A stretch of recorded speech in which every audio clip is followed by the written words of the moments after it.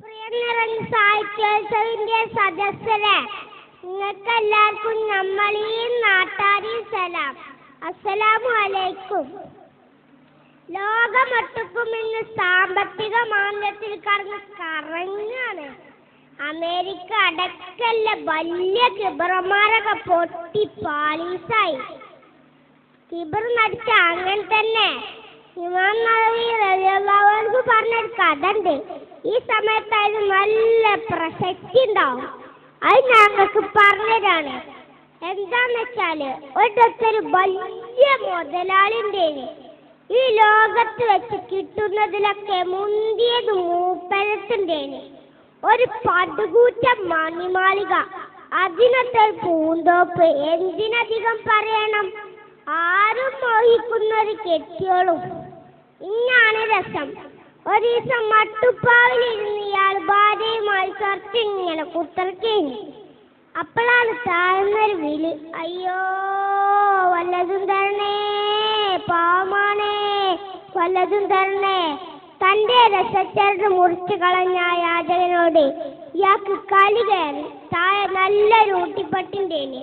ഇയാൾ ഇറങ്ങിച്ചെന്ന ആ ഊട്ടിപ്പട്ടിന് ആ പാവം യാചകന്റെ നേർ കഴിച്ചെടുത്തു. പാവം ആ മനുഷ്യന്റെ കടിച്ചെടുത്തു പട്ടി. വേദന കൊണ്ട് അയാൾ തുണി കൂടെ സാറിന് മൂത്രയിച്ചിക്കണേ. പച്ച പാവല്ലേ. സംഗതി ഏതായാലും മുതലാളിന്റെ പെണ്ണുങ്ങളെ നല്ലോളേത്. ഓള് പറഞ്ഞു, ഇക്ക നിങ്ങളെന്താ കാട്ടിയത്? ആ സാധുവിനോട് മാപ്പ് ചോദിച്ചോളെ. അയാൾ ദേഷ്യം കയറി പറഞ്ഞു, ഇച്ചൊന്ന് പോകണ്ടെന്ന്, ഇച്ചു മാണ്ടിയതൊക്കെ ഞാനും കാട്ടും പറഞ്ഞു.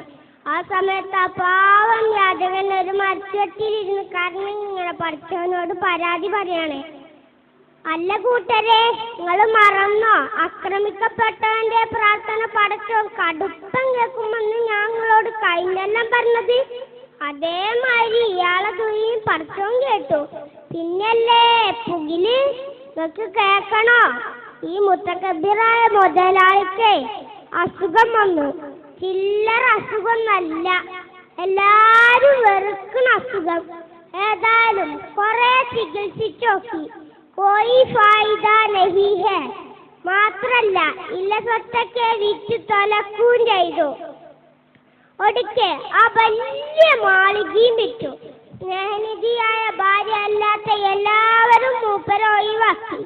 ആ പെണ്ണ് ഇപ്പത്തെ ചെറ്റക്കുടിലിൽ അയാളെ പരിപാലിച്ചു. പക്ഷെ ഓളെ കുടിക്കാർ വന്ന് ഓളെ ബലമായി കൊണ്ടുപോയി. കുറച്ചു കാലങ്ങൾക്ക് ശേഷം ഓളെ വേറെ കെട്ടിക്കുകയും ചെയ്തു. മാപ്പിളന്റെ ഓർക്ക് ചെന്നപ്പോഴല്ലേ സംഗതി അറിയണു. മൂപ്പരാൾ വിരല് മുന്നിക്കണ്. ഒടുക്കം മോക്ക് മനസ്സിലായി ഇത് പഴയ യാചകനാണെന്ന്. ഇന്ന് ബടാ സമ്പന്നനായിക്കണ ഇയാള്. അങ്ങനെ പുതിയണ്ണും പുതിയാപ്പളയും സസുഖം കഴിഞ്ഞ് ഇങ്ങനെ ഇരിക്കേന്. അതിനിടക്ക് ഒരു ദിവസം പേരന്റെ മുറ്റത്തുനിന്നുണ്ടൊരു വിളി, അയ്യോ വല്ലതും തരണേ, പാവമാണേ, ഇപ്പൊ ചാകുവേ. അതിൽ നല്ലോനായ മുതലാളി പറഞ്ഞു, എടി ആ പാവത്തിന് എന്തെങ്കിലും കൊടുത്താ നിങ്ങളോട് പറയാണെങ്കിൽ. യാചകനെ കണ്ടേക്ക് പെണ്ണ് ബോധം കെട്ടണ് വീണു. അല്ലാ, എന്താ കാരണം എന്നറിയോ?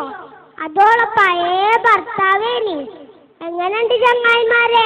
അതുകൊണ്ട് ആരും കിബർ കാട്ടണ്ട, പാവങ്ങളെ കണ്ടില്ലെന്ന് നടിക്കണ്ട. മേലെ ഒരുത്തനുണ്ട്, മറക്കരുതട്ടോ. ഇതാണ് ബുഷിനോടും ടോണി ബ്ലെയറിനോടും എല്ലാ ലോക തെമ്മാടികളോടും പറയാനുള്ളത്. നിങ്ങളെ സാമ്രാജ്യമൊക്കെ 8 നിലയിൽ പൊട്ടിയതിന്റെ മെയിൻ കേസ് ഇതാണ്. ഞാൻ നിർത്താന്. അസ്സലാമു അലൈക്കും.